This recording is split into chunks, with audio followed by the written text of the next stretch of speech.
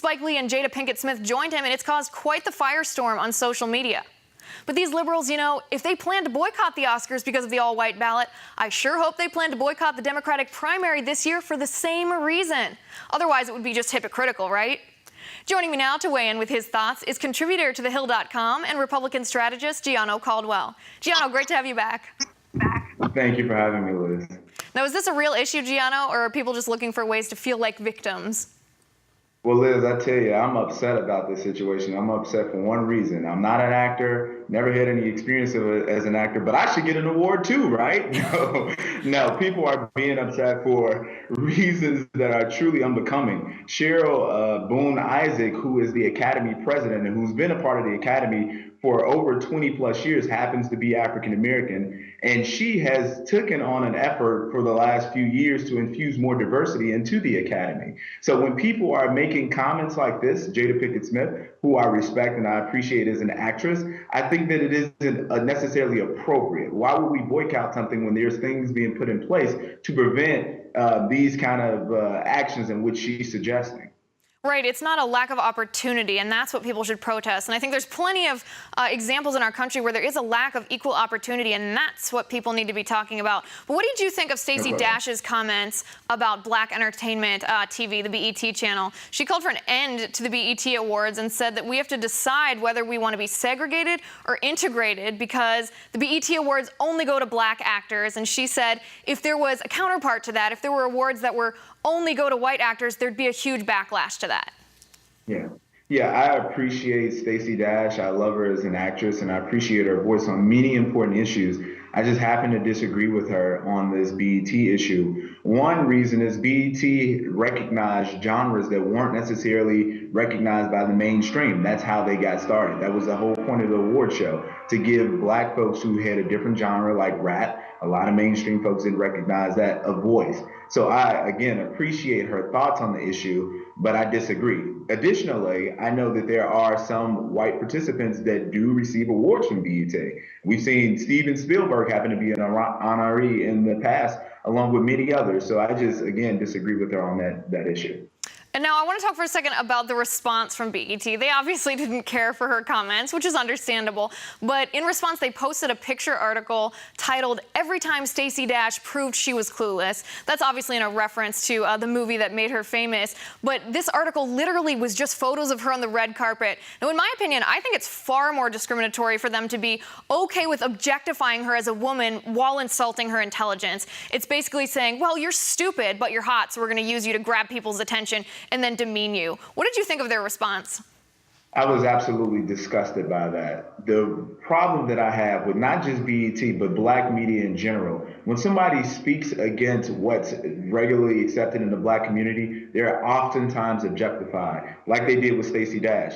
Additionally, they tend to ridicule anybody that has a conservative voice. So this is no different than treatment that I've experienced in Black media and in the press, and anyone else that's African American and happen to give their opinion that goes against the grain of what normally is accepted in the Black community.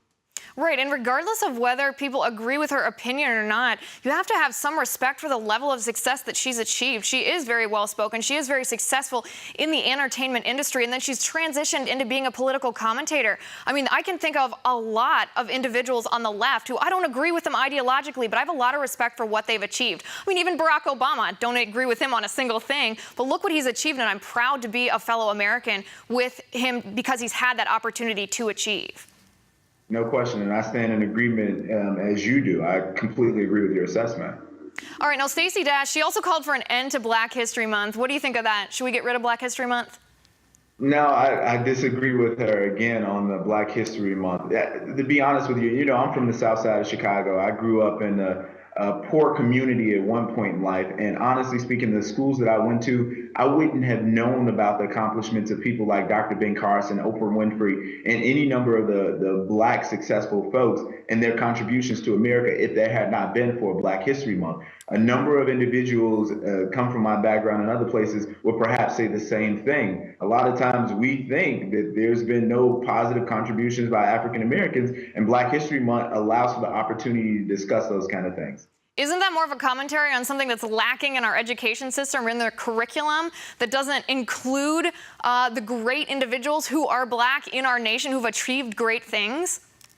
I completely agree with you, Liz. There's no question about that. But the truth be told, many folks would not implement that kind of curriculum, especially if it's, say like a all-white school. What would be the point? You want to learn about things that generally have benefited your culture, or rather something that you can be familiar with. Black History Month simply does that. It provides example of some of the positive accomplishments from African Americans. Right. Stacey Dash isn't the only person or the first person to call for the end of Black History Month. Morgan Freeman, he made the same call a couple of years ago. We have a video of that. Let's take a look. You're going to relegate my history to a month? Oh, come on. What do you do with yours? Which month is White History Month? No, well, come on, tell me. Well, I'm Jewish. Okay. Which month is Jewish History Month? There isn't one. Oh. Why not? Yeah. Do you want one? No. All right. I don't either. I don't want a Black History Month. Black history is American history. He's so sassy. I gotta love how he says that stuff. Morgan Freeman said freedom is Black history is American history, and he doesn't want a month for it. So how do we integrate that into our schools, into our education system, so that we don't have to set apart one race or one heritage like Jewish or Black history, so that it's all American history? Well, and I understand completely what he said. Definitely, it's American history. It's not just Black history. But again, when there's a community who's not really aware of the achievements of it, and in a lot of cases, when I was growing up, I didn't think that there were many African Americans that contributed anything very positive, like Dr. Ben Carson, to society. So when Black History Month came around and I got a chance to learn about some of these folks that have done so much significant attributes to the American society, it made me feel as though I can be a positive contributor to society as well. So I appreciate Mr. Freeman's comments on that. I just happen to disagree. Right, and I can see it both ways. I can see it from your perspective in the sense that it opened your eyes to something that you weren't aware of, gave you the desire, the hope that you could achieve something that you thought maybe that you couldn't. But then on the other hand, I think it does set somewhat of a double standard in the sense that it separates groups. It's like Morgan Freeman said, there's not a Jewish History Month, there's not a Women's History Month, it's just American history. And the sooner that we can abolish the boundaries between that and just talk about individuals for who they are, the better off our country is going to be. But let's get back to the Oscars controversy for a second. So the Academy of Motion Picture Arts and Sciences, its official name, they're now going to consider new rules to encourage more diversity. They're going to talk about it apparently at their board meeting on Tuesday. What do you expect to come from that?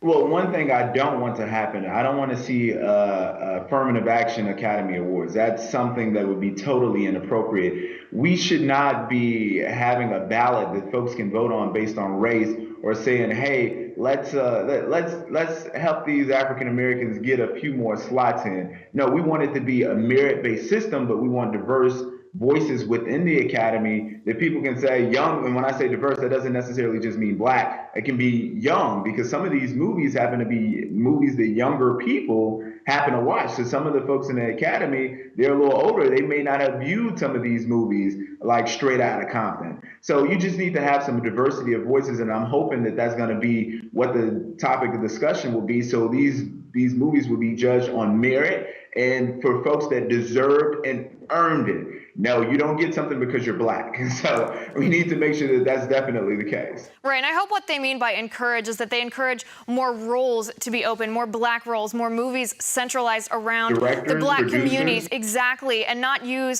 institute something like a racial quota, like you said, not have an affirmative action program for movies. Because it's the culture in Hollywood that needs to change, not the rules about who gets which trophies when.